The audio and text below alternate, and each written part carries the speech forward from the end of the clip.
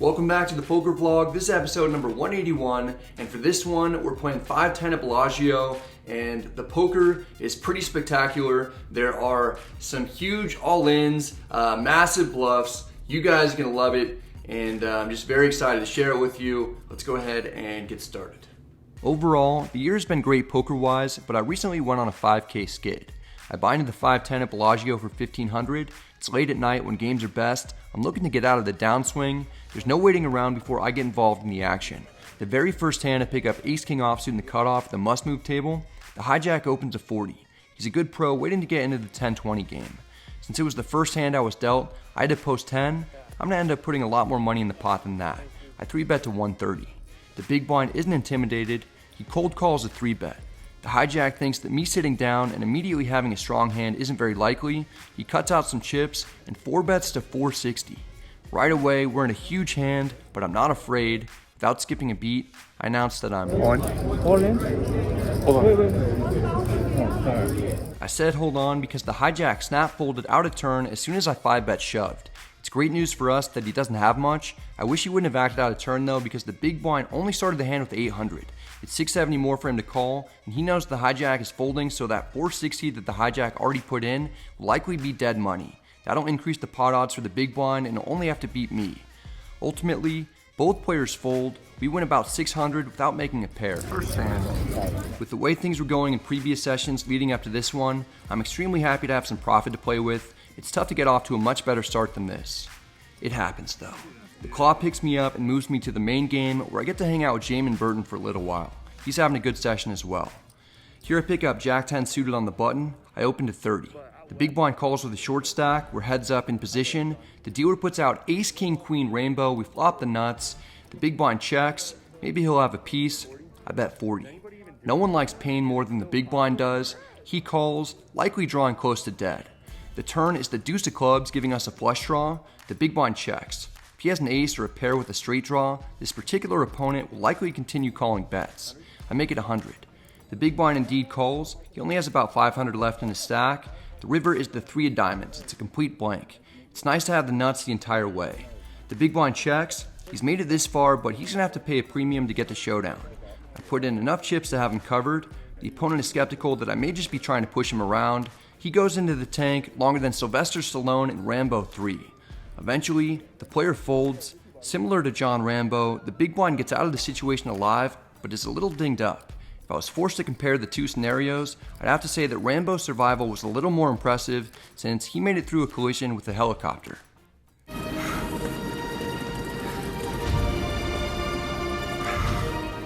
Next we've got pocket kings and the hijack. I open to 30, cutoff calls, the button 3-bets to 130. He's going to be doing this with plenty of hands that aren't that strong as a squeeze. His 3-bet reminds me of some of the yella at the $1.49 buffet because I'll be having absolutely none of it.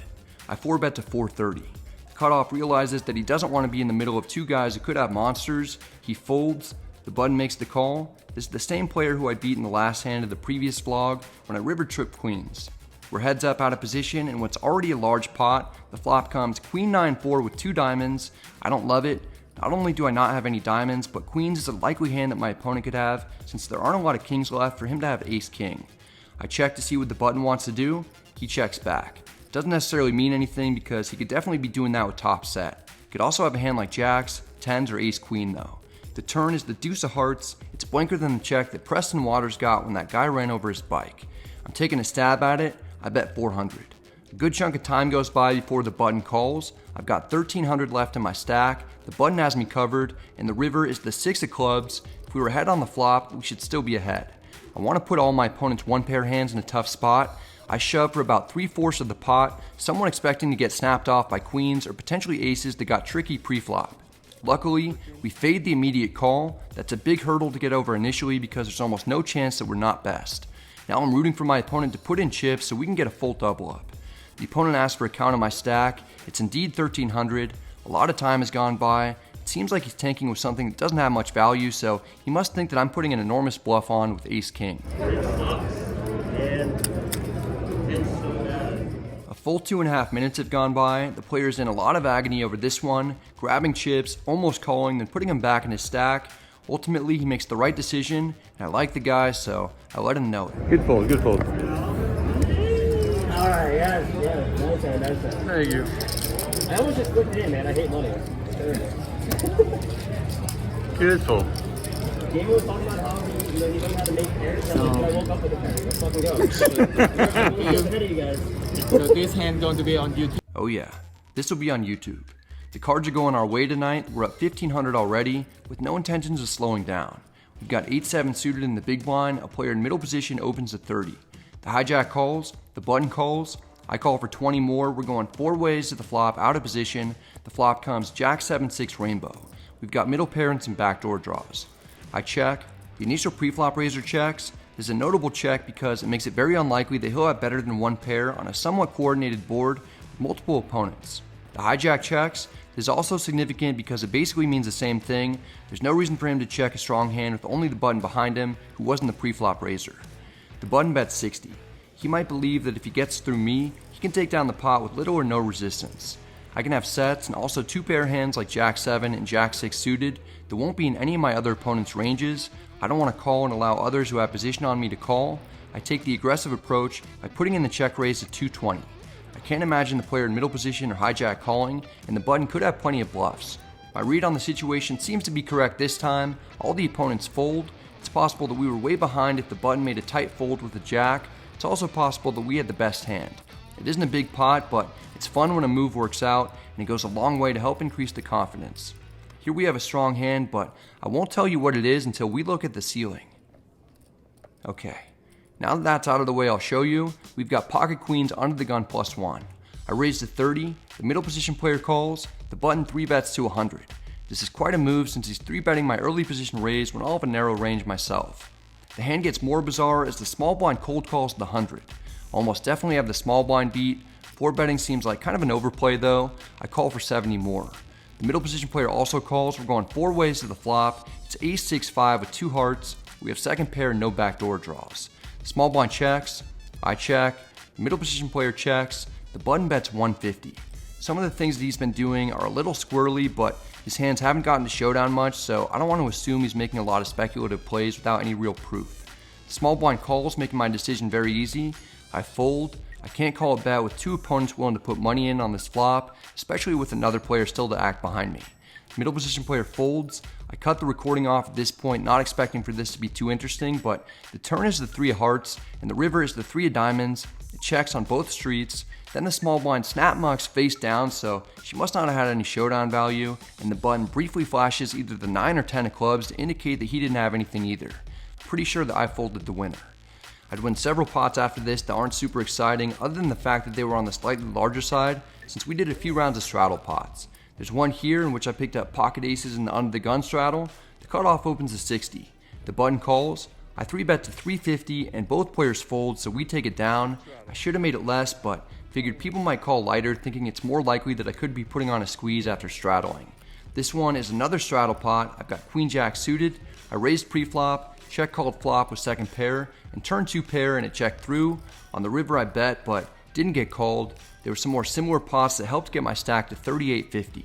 I'm up 2350 before picking up ace king offsuit under the gun +1. This isn't a straddle pot. I raised to 30. The button 3-bets to 90. I consider 4-betting, then just call for 60 more. We're heads up out of position. The flop comes 7-6 deuce rainbow. We completely miss. I check. The button down bets to 60. I might have the best hand, or at least I'll often have 6 outs. I call. The turn is the jack of hearts. I check. This time the button increases the sizing to 200. I can't call for that price. I fold without picking up my camera to get a shot for the board because by this time I've already played quite a few hands that are more interesting in one way or another, so I don't really intend on putting this one in the vlog. The 6-seat says half jokingly at best, "Oh, so you don't film the hands that you lose?" I think he's mostly upset that I check raised him and won in the hand with 8-7 suited, then filmed that board, which to his credit wasn't that large of a pot either, but in my mind it was more interesting since we put in the check raise bluff with 3 opponents still in it. This ace-king hand is a 3-bet pot, so that's interesting, but I didn't make a pair. I check called a small c-bet, then check folded turn without having any idea what the opponent had. There's not a ton to say about it. His remark kind of bothered me a little because I try to be as honest as I can with these videos, which includes highlighting my big mistakes. Those happen pretty regularly, and also my big losses. Anyway, That gives some context for this next situation. I've got queen jack of diamonds in the small blind, it folds to me, I raise to 40. The big blind calls, he's the guy that I beat in the 4-bet pot with kings earlier, he likes to get involved and is capable of putting on some plays. The flop comes ace king jack rainbow, we've got bottom pair and a gutter. We both check, the turn is the queen of spades giving me 2 pair, but there's 4 to the straight on board. I check, the big blind bets 30. He's repping a 10, he can also have hands with no equity or potentially a spade flush draw. I call, my hand is pretty capped since I didn't bet flop or turn. The thought has already crossed my mind that I'm going to likely be facing a large overbet on the river from the big blind, whether he has a 10 or not. I have one of the best hands that I could ever have when I play this way. The river is the 4 of clubs, so the flush draw missed. I check. Sure enough, the big blind bets 200. Perhaps this should always be a fold, certainly against specific players it will be. Against this guy that I've seen make moves in the past, who has seen some of the vlogs but hasn't beaten me on video up to this point, this seems a bit fishy. For some reason, I can't get myself to lay down 2 pair, even though I don't feel great about it. Before calling, I need to make sure that the guy in the 6th seed is paying attention. I'm gonna lose this one recorded. Yep, nice hand, nice hand. Got him, guys. Yes! Yeah. After getting got by jack 10, we pick up ace 9 offsuit on the button, I open to 30. The small blind is back from a break and is the only caller. We're heads up in position, the flop comes 4-4 deuce rainbow. The small blind checks, ace high is going to be good a lot of the time. I bet 20 mostly for value and to deny equity. The small blind calls, which he should be doing with plenty of hands when he's facing a down bet. The turn is the ace of spades, we make top pair. The small blind checks, if he had a better ace than me, he probably would have 3-bet pre-flop. As long as he doesn't have a 4 or pocket deuces, I'll have the best hand, and there shouldn't be many 4s in his range.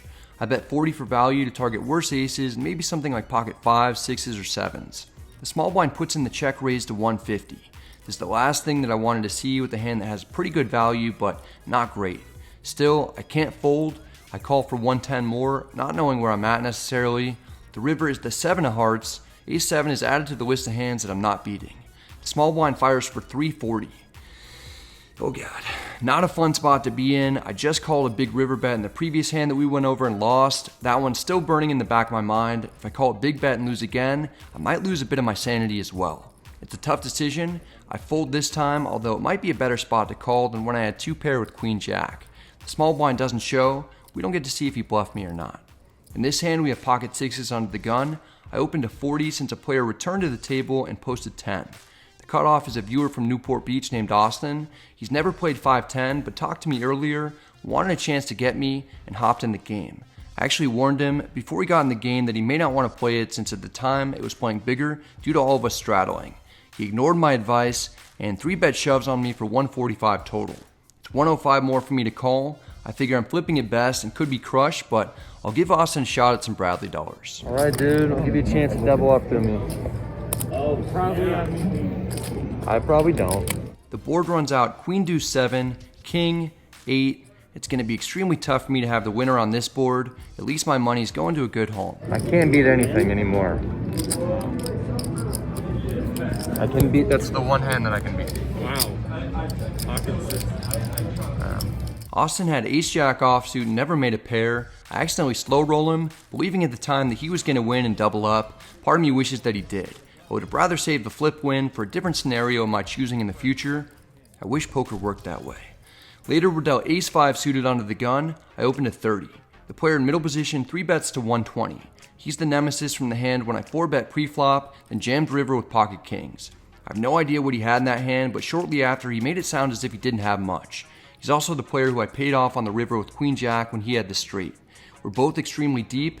I'm up 2,000 on the night. I've gotten a huge chunk of the downswing money back this session already. I could approach this conservatively with a call or even a fold. I got fancy 5-betting ace 6 suited in the last vlog and got stacked. There's no real shame in finding a better spot or locking up a win, but with his raise, I just decide, I don't care about the money. I'm just gonna outplay the guy. I'm just gonna outplay the guy this hand. I re-raise. I make it 400. Play right back at him. The opponent's thinking about his decision. Unfortunately, he doesn't fold and ask if I had it. He calls, we're heads up, out of position in a 4-bet pot, and we both have well over 3,000 in front of us. The flop comes 10-9-4 rainbow. We've got nothing. Rags, if you will. The only thing keeping me from giving up is my over and backdoor draws. I make it 450 to potentially get folds out of ace king and ace queen hands with no backdoor flush draws. Even jacks and queens aren't going to love facing this bet. The player once again thinks for a while, then he calls. I'm going to need some help. The dealer puts out the jack of clubs, which is a very tricky card since we pick up the nut flush draw, but the opponent could have improved to a set of jacks. Also, if he has a hand like queens or ace queen, it'll be tough to bluff him off those holdings.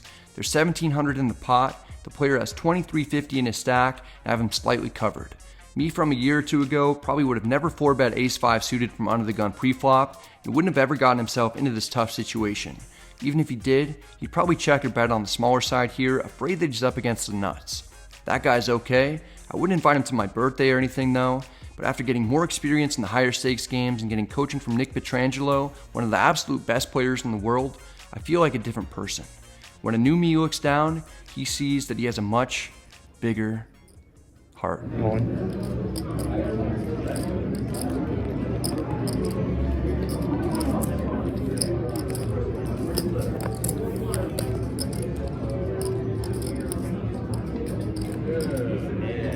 It's always you and me, man.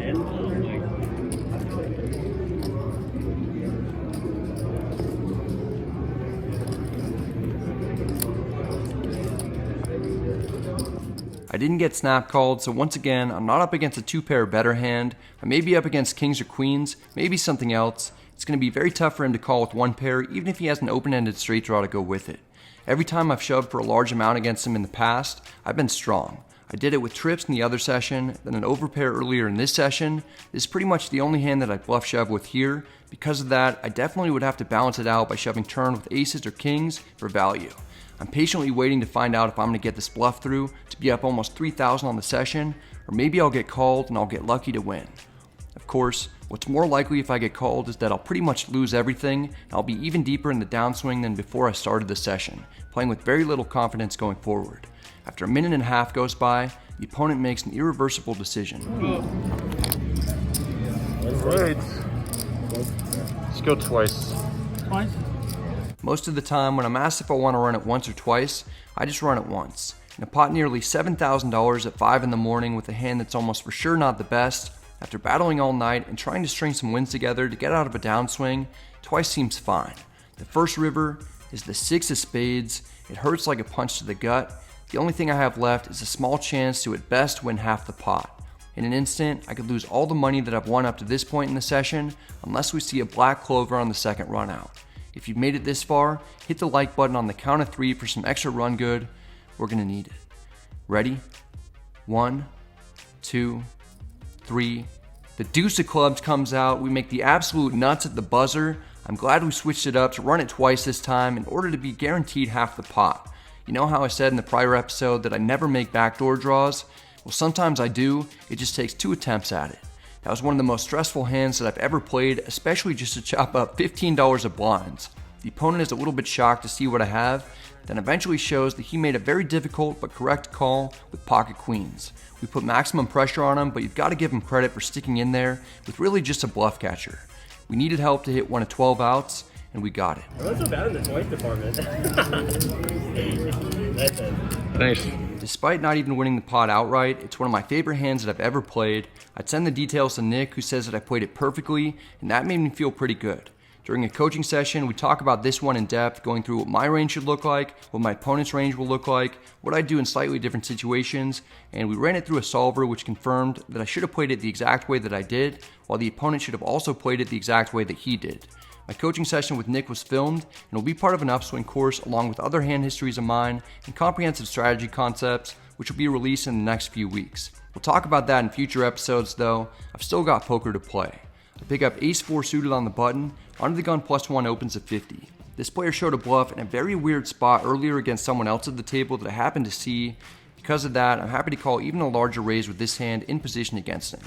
The small blind also calls. We're going 3 ways to the flop. It's ace-6 deuce with 2 diamonds and 1 heart. The small blind checks, under the gun +1 bets 70. I'm calling at least once. I match the bet. Small blind folds. It's down to heads up. The turn is the queen of diamonds. Under the gun +1 bets 150. This isn't my favorite since I could be drawing dead if the opponent happens to have a flush. It's just too good of a price against someone who I know bluffs. I call. The river is another deuce. This card is a good one since I'm at least chopping with a lot of hands that were beating me on the turn, like Ace-Jack and Ace-10. I practiced my chopping skills earlier on that Ace-5 hand. I think that I have it down now and would like to see if that's true. The opponent bets 160. If he has Ace-King, he's milking me pretty good. I have to tip my hat to him. I call. It turns out that I'm not that great at chopping. The opponent initially shows the 6 of spades for a pair. He doesn't seem to want to show his other card though. At best, he doesn't want to give up information about his hand while trying to get free information about what I have. At worst, he could be slow rolling me, so I don't immediately turn my cards over. Finally, he shows that his other card is an offsuit 5. Keeping a note in my head about him bluffing before in a strange situation leads me to winning a nice medium-sized pot. That'd be the last significant one. Time to rack up.